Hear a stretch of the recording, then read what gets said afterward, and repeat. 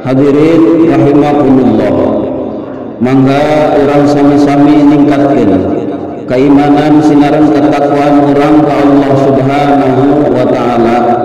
Dipalar keimanan sinaran ketakwaan ieu sing janten hiji modal kangge urang sadayana dina raraga urang lahontang bagja dunya oge bagja akhirat jaga. Amin ya Allah ya rabbal alamin. Hadirin sami-sami rawuh, asa cikene urang teh ngalaksanakeun puasa Ramadan. Ramadan anu benten ti memehna.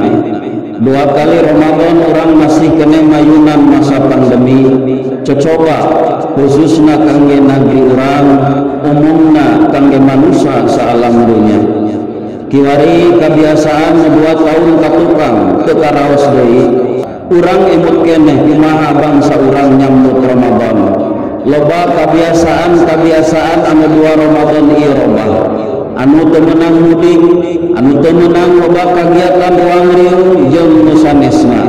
Taun ieu kacida pisan istimewana Ramadan nu urang dilaksanakeun.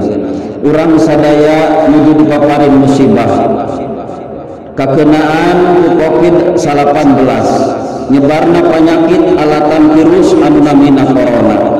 Pamarentah nganjurkeun kumang rupa-rupa tarekah dina nyinglar oge ngungkulan eta virus anu tujuanna supaya eta virus teh sumebar jeung nular tur teu jadi madorot oge teu ngamadorotkeun.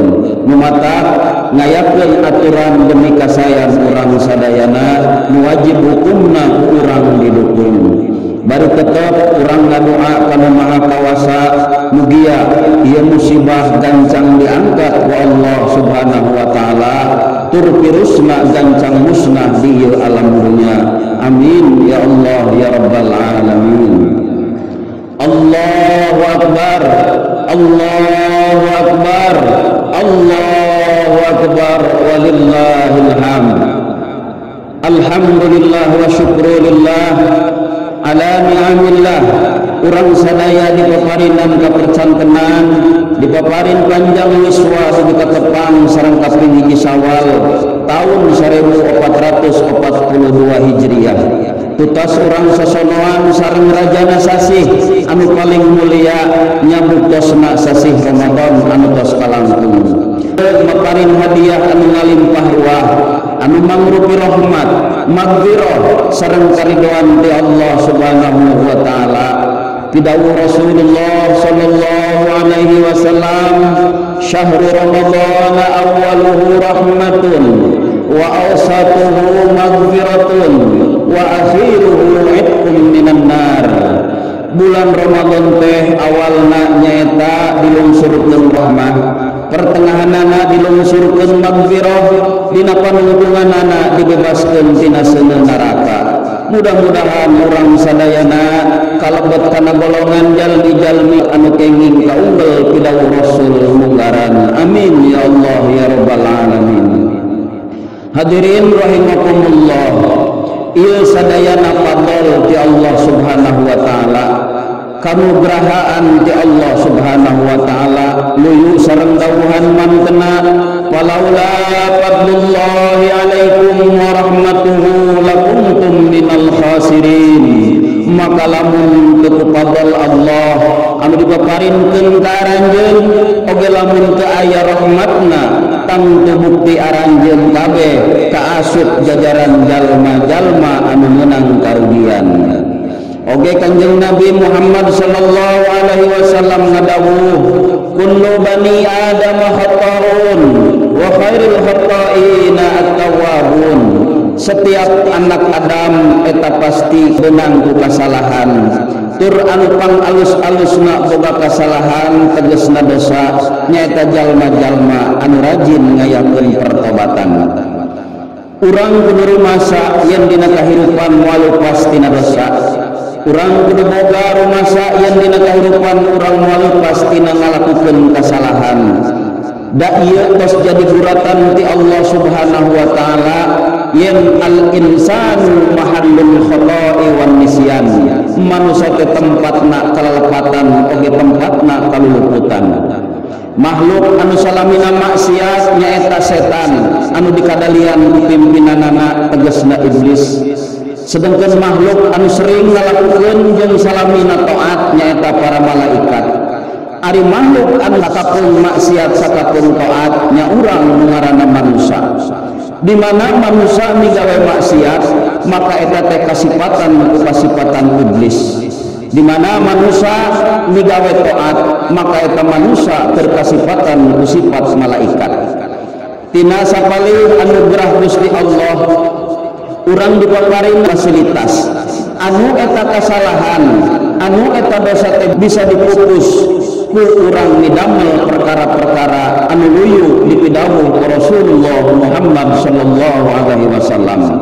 Dawuhanana as-salawatul khamsu wal jum'atu ilal jum'ati wa ramadhanu ila ramadhana wal umratu ilal umrati wal hajju ilal hajji mukaffaratun lima bainahunna. Salat 5 waktu eta teh mupus kana dosa nu aya antara salat ka salat. Salat Jumat oge bisa mupus kana dosa antara Jumaah ka Jumaah. Ramadan oge bisa mupus kana dosa antara Ramadan ka Ramadan deui. Kitu kene umroh ngahapus kana dosa di antara umroh ka umroh deui. Oge ibadah haji mupus dosa anu dilakukeun di antara ibadah haji ka ibadah haji. Dawuhan Allah Subhanahu wa taala, innal hasanati yudhibnas sayyi'at.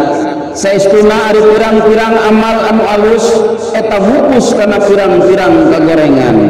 Ieu dawuhan Allah mere embar ka urang sadayana, maparing wawaran ka urang sadayana yen umatna Kanjeng Nabi Muhammad sallallahu alaihi wasallam dipaparing kaistimewaan pondok umurna tapi ibadahna kacida badag dina wawalesna. Ieu hal teh kasinugrahan kangge urang sadayana, tur ieu kudu disyukuran ku urang sadayana. Sabab sajaba amal soleh bisa ngahupus kana amal salah, ngiparatan kana dosa. Ieu minangka hiji kaistimewaan ti Allah ka umatna Muhammad. Yen nalika urang tepung jeung bulan Rajab, urang loba ibadah, maka ibadahna dilipat gandakeun 70 kali lipat. Lamun urang tepung sareng bulan Sya'ban, maka ibadah-ibadah urang ditingkatkeun kali lipatna jadi 700. Ke lamun urang tepung sareng Ramadan, wawales ibadah urang sadayana dilipat gandakeun jadi 1000 kali. Eta teh mangrupakeun anugerah kangge urang khususna umatna Kanjeng Nabi Muhammad sallallahu alaihi wasallam. Ku hal eta pisan urang kudu syukuran, ku cara nu kahiji urang teh kudu zikrun ni'ami, ngemut-ngemut nyebutan tahadus binikmah kana rupa-rupa kanikmatan anu tos dipaparinkeun ku Allah Subhanahu wa taala ka urang sadayana. Anu kadua urang kudu nyebut-nyebut kana jenengan Allah ku cara urang getol maca Quran, ku jalan urang macakeun Asmaul Husna, dijantenkeun zikir. Sajabi teh eta urang ngadawamkeun kalimah-kalimah thayyibah, tasbih, tahmid, tahlil sareng sabangsana. Teras anu katilu sorpun ni'ami, urang kudu ngamanfaatkeun kanikmatan anu dianggo ibadah ka Allah anu tos dipaparinkeun ka urang sadaya, ieu anu disebut syukur. Teras anu terakhir urang kudu taat ka Allah anu tos maparin kana kanikmatan kalipatan saban waktu saban wanci bareng kaluarna ka jerona napas urang sadayana. Lamun ku urang diukur ibadah-ibadah urang males kana nikmati Allah Subhanahu wa taala, hammo cumpon ibadah urang pikeun males nikmati Allah Subhanahu wa taala. Nu matak lamun seug aya kasempatan anu istimewa, boh waktu, boh tempat, yuk urang gunakeun samistina. Sabab eta pisan kaistimewaan anu dicawiskeun ku Allah Subhanahu wa taala dina raraga urang syukuran kana kahirupan anu tos dipaparinkeun ku Allah Subhanahu wa taala. Mugia amaliyah urang sadaya anu parantos dilaksanakeun diantawisna ibadah saum Ramadan aya dina panampian Allah Subhanahu wa taala, tur tiasa mufus kana dosa urang sadayana sarta kenging pahala anu berlipat ganda, kenging predikat sehingga urang bisa ngarawat kana rahmah, magfirah sareng ridho Allah Subhanahu wa taala, utamina urang jadi penghuni ahli syurgana. Amin ya Allah ya rabbal alamin.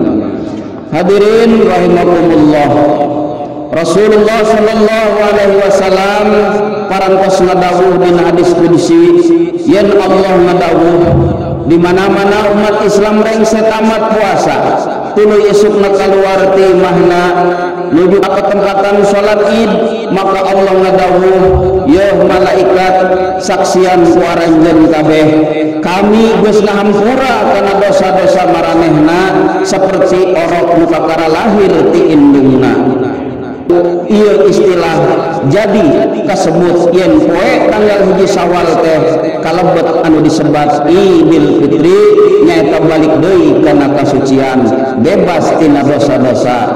Ja'alanallahu minal aidina wal faizin, taqabbalallahu minna wa minkum siyamana wa siyamakum. Amin ya Allah ya rabbal alamin.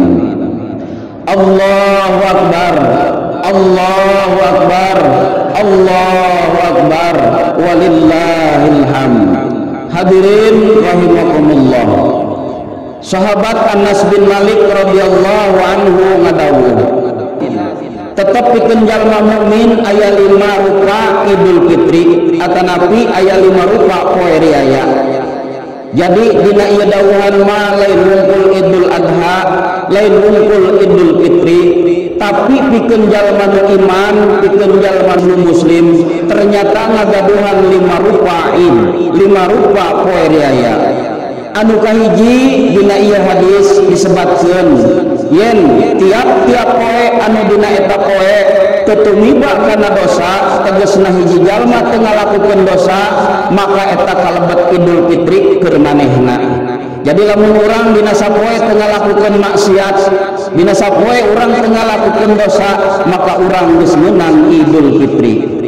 Anu kadua, poean maot hiji jalma bari mawa iman, bari mawa Islam, tur ngucap kalimat syahadat, oge salamet dina godaan setan dina waktu sakaratna, maka eta oge kaasup kana Idul Fitri pikeun manehna.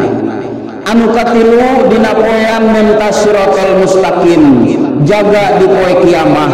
Lamun eta jalma salamet dina muntasna, salamet dina faqih dina poe kiamah, oge salamet dina dakwaan permusuhan jeung papada manusia, tegasna amal hakul adamina geus bebas, salamet dina siksa neraka, tur dijantenkeun ahli sawarga, maka ieu oge kaasup Idul Fitri. Anu kaopat poean hiji jalma asup ka sawarga salamet tina neraka jahim, salamet tina neraka jahanam, maka ieu kaasup Idul Fitri pikeun eta jalma. Anu terakhir asup kana poe raya pikeun hiji jalma nyaeta nalika tepang sareng Gusti Allah ningali zat Allah, maka eta poe disebut Idul Fitri anu sajati. Sabab janji Rasulullah sallallahu alaihi wasallam, lisaimi farhatani, farhatun indal iftari wa farhatun inda liqa'i rabbih. Pikeun jalma nu puasa aya dua kabungah nu bakal kacangking.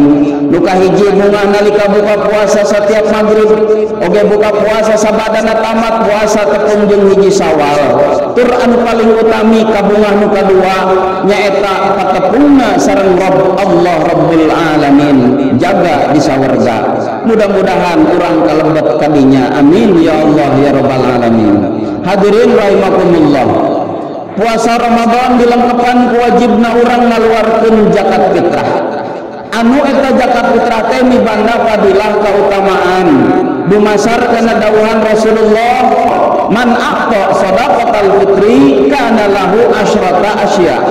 Sing sajalma nu ngaluarkeun sedekah fitri atau zakat fitrah maka 10 kemuliaan pikeun manehna.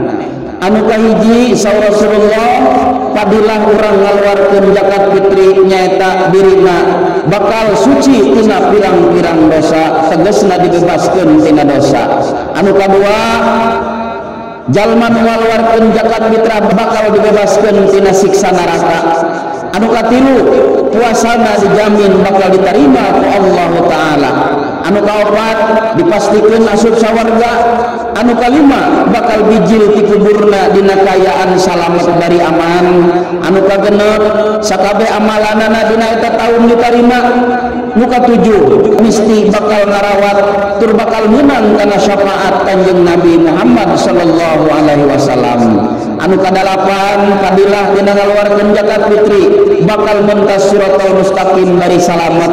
Anu kasalapan, timbangan amal solehna bakal berat tibatan timbangan amal salahna.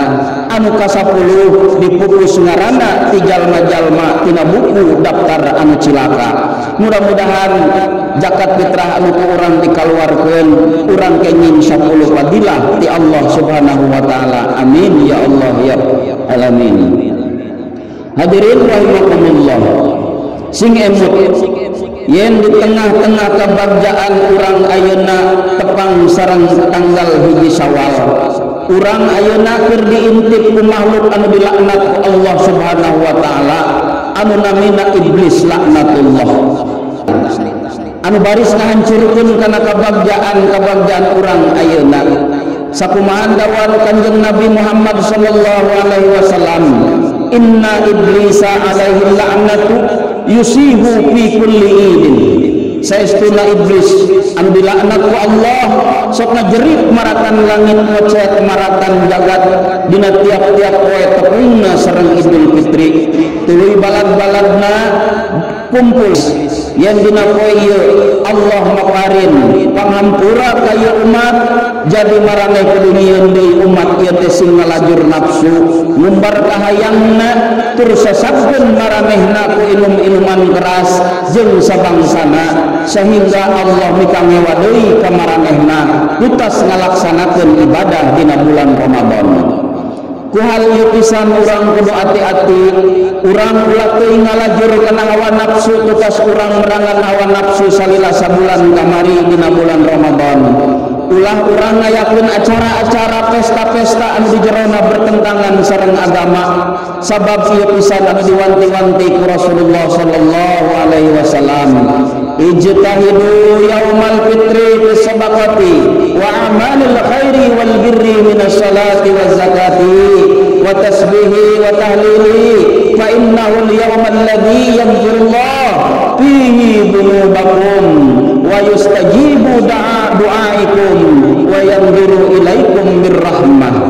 Masing saestu aranjeun kabeh ngalakukeun amal saleh dina poean Idul Fitri ku cara lobakeun sedekah jeung amal-amal nu aralus saperti salat, zakat, boh fardu oge nu sunah, seureukkeun maca tasbih, tahlil karena saestuna Idul Fitri teh eta hiji poe anu dina eta poe Allah ngahampura kana dosa-dosa aranjeun oge ngajabah kana doa-doa aranjeun oge Allah ningali anjeun ku rahmatna. Allahu Akbar, Allahu Akbar, Allahu Akbar, walillahil hamd. Hadirin rahimakumullah, peryogi kauninga ieun dosa anu dihampura ku Allah kusabab puasa sareng amalia dina bulan puasa teh nyaeta dosa antara urang ka Allah. Anapun dosa urang ka sasama mah belum tentu kahapus. Kumargi sakitu dina momentum Idul Fitri ieu urang laksanakeun nu kahiji silaturahmi, nu kadua istihlal, nu katilu istirda, anu kaopat istibra. Tegesna nu kahiji urang silih halalkeun, urang sambung bakali wargi, urang silih ridokeun bisi aya katuangan leueteun anu teu halal urang halalkeun dina poe ieu. Lamun aya dosa urang silih lubarkeun dina poe ieu. Kadulur, kabaraya, oge ka tetangga, sabada kitu urang kada nyiapkeun diri pikeun ningkatkeun amal soleh di bulan Syawal anu kapayun. Tur urang kudu boga patekadan yen salaresna urang tepung jeung Syawal teh ieu mulai perjuangan awal. Tutas urang diisat awak, dilatih diri, dididik disiplin dina bulan Ramadan. Tepung sareng Syawal ieu perjuangan awal. Dipun bajuang ditotama dina raraga urang nyalametkeun diri urang sareng keluarga dina godaan-godaan hawa nafsu sareng iblis oge balad-baladna. Hadirin rahimakumullah, tur pamadegan urang dina raraga mayunan Idul Fitri ieu ulah dugi ka salah pamadegan. Urang kudu mudag kana makna Idul Fitri yen Idul Fitri teh urang kembali deui suci tina hal-hal anu memang kamari ku urang dilakukeun anu sifatna ngotoran diri urang, sifatna tina kasalahan oge sifatna tina dosa nu urang dilakukeun sehingga urang nu tadina suci jadi kotor. Tah ayeuna urang lebet kana Idul Fitri urang kudu bisa mere baju ka awak urang ku baju katakwaan, ku lampah-lampah anu bisa nimbulkeun ridona Allah Subhanahu wa taala, tur laku-laku anu mantap Allah teu bendu ka urang sadayana. Hakikat Idul Fitri laisa laid liman labisal jadid walakin laid liman ta'atuhu tazid. Idul Fitri teh lain pikeun jalma anu bajuna weuteung, daharna seubeuh, imahna pageuh, tapi Idul Fitri mah pikeun jalma anu taat ka Allah tambah maneuh dari pageuh. Hadirin rahimakumullah, Idul Fitri ayeuna yeuh urang jadikeun kasempetan nyaliksik diri ngoberean badan, bilihna urang kamalinaan dina lalampahan. Urang sadar yen urang teh sering ngarempak ugeran Allah, nu pamustunganana jadi dosa. Rumasakeun diri teh loba milampah laku teu uni, loba ngalakonan kesalahan antuk loba laku anu teu saluyu, loba lengkah anu teu merenah darman mincak dina salah, dosa ka Allah kacida numpukna komo deui dosa ka sasama. Urang sok tanpa sadar pernah ngaraheutkeun amanah sasama, tanpa sadar urang pernah nganyerikeun atina sasama, ngabuna sikah hak-hakna tah dina kasempatan ayeuna payus pisan lamun urang selilubarkeun, urang selibebaskeun tina dosa-dosa urang kepada urang.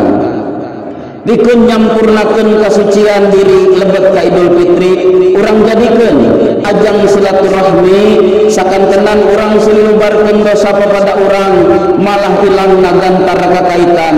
Utamakeun silih hampura jeung batur sakasur, batur sasumur, anak bojo tur dilajeng urang silih hampura jeung batur salemur, dulur baraya oge tetangga.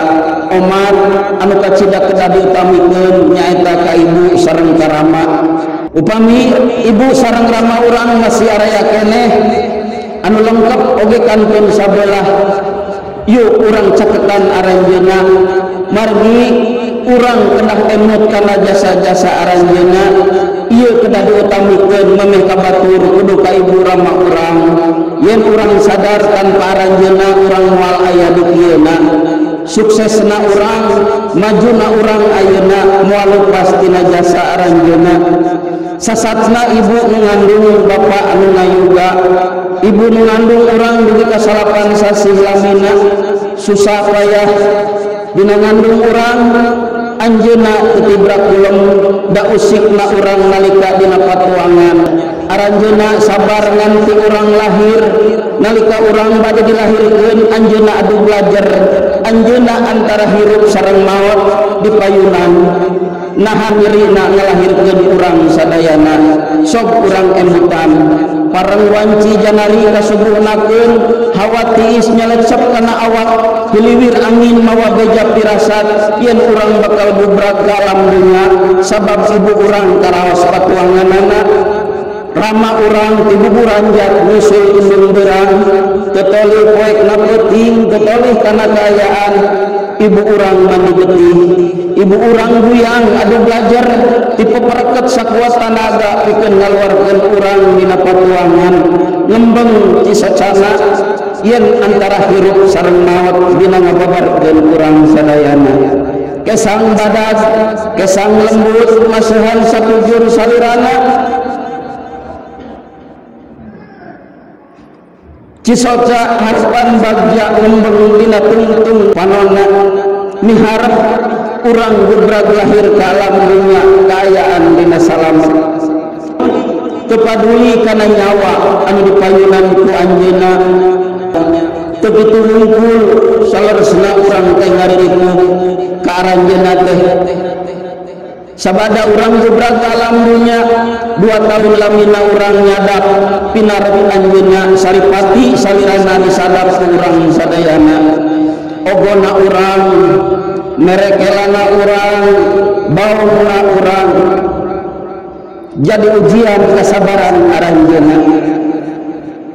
Aranjeunna titibrak ulun ke wareng tuang leueut, hiji harapan urang salaku anakna mendak jeung bagja.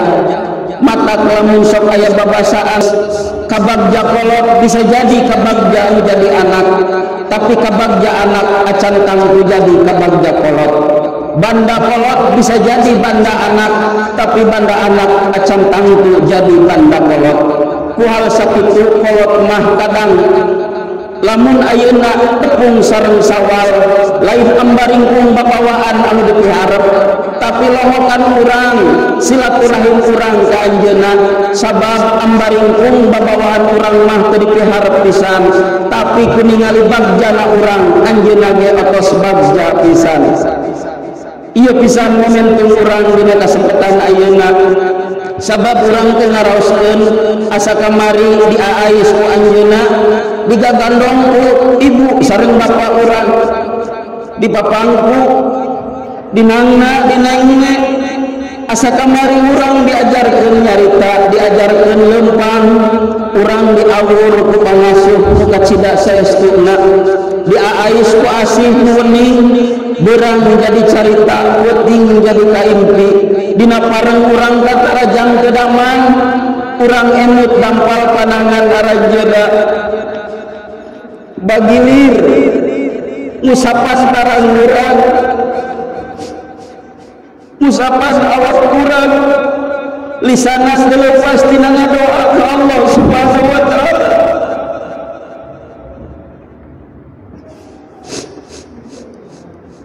harpanana urang kewalia bagja wana salawasna tumiharap urang teh aya dina kasangsaraan malah ibu urang sering ngabohong lamun katuangan ukur sakedik urang diutamikeun ka jeung ngarajeda ketua pangabutuh urang dicomponan ka jeung pangabutuh arajeda ditinggalkeun estuning teu aya handeuleun pikeun ngundung ka nyaah aranjeuna teu aya hanjuang pikeun jadi simpenan pamundaan tina kaasih aranjeuna estu badag pisan jasa-jasa aranjeuna kangge urang sadayana nu matak payus dina momentum Idul Fitri ayeuna pikeun ramana nu masih keneh aya moh anu masih sabeula mangga geura sumpingan aranjeuna geura tubruk lawanana suhunkeun jian pangdoana suhunkeun hampurana rumaoskeun yen urang teh seueur nganyeri batan babakti ka aranjeuna urang suhunkeun kaasihna urang suhunkeun karidona sabab jalan pisawar daun masih kene ngageblay muka pikeun ibu rama anu masih kene araya pikeun urang anu tos teu araya ibu sareng ramana kadang ayeuna mah ukur hanjakalna sabab patarema panangan geus teu bisa nubruk kana lahunan ukur tutunggul nu aya di pakuburan urang nubruk rek minta panyuluhan oge urang ayeuna mah teu tiasa loba jalma hanjakal dina akhirna sabab keur hirup ibu ramana anjeunna tamelar teu mirosea tapi araya nembe sadar yen geuningan kaasih ka dedeuh aranjeunna teu pegat dina luputna usum teu pegat dina ulamna mangsa kuhal sakitu payus lamun urang teu liren ngadoakeun aranjeunna ku ucapan Allahumma ighfirli wa liwalidayya warhamhuma kama rabbayani shaghira du Gusti hampura abdi hampura dosa ibu rama abdi pikawelas pika asih aranjeuna sapertos anjeunna mika asih abdi abdi sadaya ti alif dugi ka abdi sawawa dewasa ulah liren ngadoa ka aranjeuna sabab anjeunna ge teu liren ngadoakeun urang sadayana urang kagambar lamun aranjeuna digotong ku pasaran memeh digotong aranjeuna ngabengkang ngabanusa urang tingali ragana anu tara pendak sareng bagja sabab bagjana kangge urang salaku kepala putrana nalika anjeunna ngabanusan urang tingali raga badagna anjeunna temendak pisan kana waragna tuang temendak pisan kana katibrana kulon sabab seueur samelang ka urang salaku putrana terkadang urang salaku putrana boga rasa rumasa pikeun ngawales jasa-jasa aranjeunna ukur ku doa urang dugikeun sabab lamun urang ngabales jasa-jasa aranjeunna moal pisan sumpon urang jasa anjeunna lamun dibales ku urang sadayana ku hal sakitu dina kasempatan ieu teu lepas urang tetap meredih kana asihna Gusti teu lepas urang mereda kana ridona Allah subhanahu wa ta'ala mudah-mudahan kangge ibu ramana anu tos teu araya urang doakeun mudah-mudahan aranjeunna aya dina patempatan anu mulia dina diri Allah subhanahu wa ta'ala oge dihampura segala dosa perdosaanana kasayan diliput gandakeun ku mantenna tur urang salaku palaputrana sing kalebet palaputra anu soleh anu janten pahala anu teras ngocor ke aranjeuna. Amin ya Allah ya rabbal alamin. Atuh anu ibu ramana masih keneh aya sok geura lepaskeun bang baluh dina diri urang, egoisme urang lepaskeun. Yuk urang ayeuna ngamimitian nyieun kasayang aranjeuna sabab eta pisan jalan pisawargaeun kangge urang sadayana. Kajida teu gablek ucus pikirna lamun aya keneh ibu rama teu mirosea, lamun aya keneh ibu rama tamelar dina kahirupanana sabab kudu sadar yen urang aya di kieuna sabab jasa aranjeuna. Allahu akbar, Allahu akbar, Allahu akbar, walillahil hamd. Pamungkas dina khutbah danget ayeuna urang ngeneda ka Allah nu Maha Agung. Mudah-mudahan ibadah urang salami Ramadan anu tos kalangkung sing aya dina panampian mangkena urang tetep ngadoa lalepas. Mudah-mudahan urang dikiatkeun keimanan sinareng katakwaan urang, oge urang sing istiqomahkeun dina ibadah ka mangkena, tur urang tetep miharep yen dina panulungan hirup urang sadayana sing aya dina husnul khatimah. Amin ya Allah ya rabbal alamin. Barakallahu li wa lakum, ja'alana Allah wa iyyakum minal a'idin wal faizin wal maqbulin wa adkhalana wa iyyakum bi zumrati ibadihi salihin. Wa aqulu qawli hadha wa astaghfirullah li wa lakum.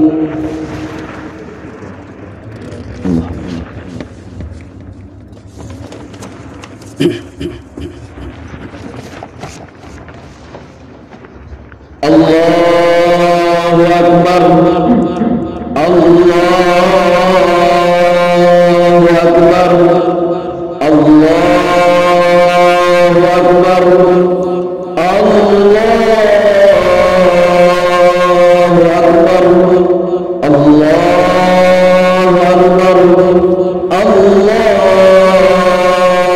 akbar, Allahu akbar. La ilaha illallah wallahu akbar, Allahu akbar, walillahil hamd. Alhamdulillah, alhamdulillah wahibil atiyah, wassalatu wassalamu ala khairil bariyah sayyidina Muhammadin wa ala alihi wa ashabihi dawil qudusiz zakiyah. Salatan wa salaman daimaini mutalazimaini ila yaumil qiyamah. Asyhadu an la ilaha illallah wahdahu la syarika lah, wa asyhadu anna sayyidana Muhammadan abduhu wa rasuluhu la nabiyya ba'dah. Amma ba'du, ayyuhal hadirun, ittaqullah bisirri wal alaniyati la'allakum tuflihun. A'udzu billahi minasy syaithanir rajim. Innallaha wa malaikatahu yusholluna 'alan nabi ya ayyuhalladzina amanu shallu 'alaihi wa sallimu taslima.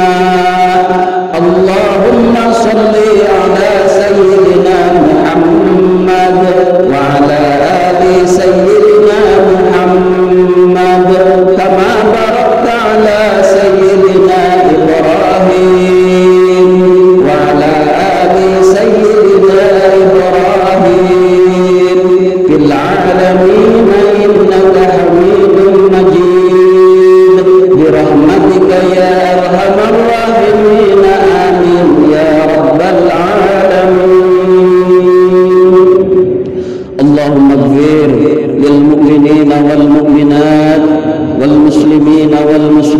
والأموات الأحياء منهم والأموات ويا قاضي الحاجات إنك سميع قريب مجيب الدعوات.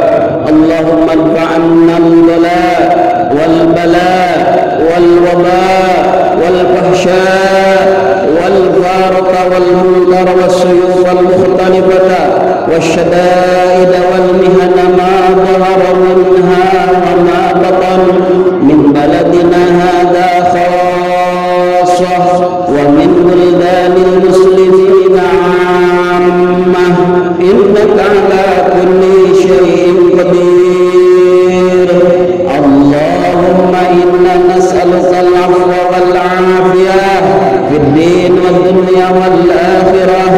اللهم انصرنا فإنك خير الناصرين وافتح لنا فإنك خير الفاتحين واغفر لنا فإنك خير الغافرين وارحمنا فإنك خير الراحمين وارزقنا فإنك خير الرازقين واهدنا ونجنا من القوم الظالمين. اللهم اجعلنا من العائدين والفائزين والمقبولين واجعلنا من أهل الجنة مع الأبرار من النبيين والصديقين والشهداء والصالحين وأهل طاعتك أجمعين من أهل السماوات والأرض برحمتك يا أرحم الراحمين. اللهم اغفر لنا ذنوبنا ولوالدينا ولجميع المسلمين والمسلمات الأحياء منهم والأموات. ربنا ظلمنا أنفسنا وإن لم تغفر لنا وترحمنا لنكونن من الخاسرين. ربنا آتنا في الدنيا حسنة وفي الآخرة حسنة وقنا عذاب النار وأن الحمد لله رب العالمين. يا عباد الله إن الله يأمر بالعدل والإحسان وإيتاء ذي القربى وينهى عن الفحشاء والمنكر والبغي يعظكم لعلكم تذكرون. فاذكروا الله العظيم يذكركم واسألوه من فضله يؤتكم ولذكر الله أكبر. أستغفر الله لي ولكم والله يعلم ما تصنعون. والسلام عليكم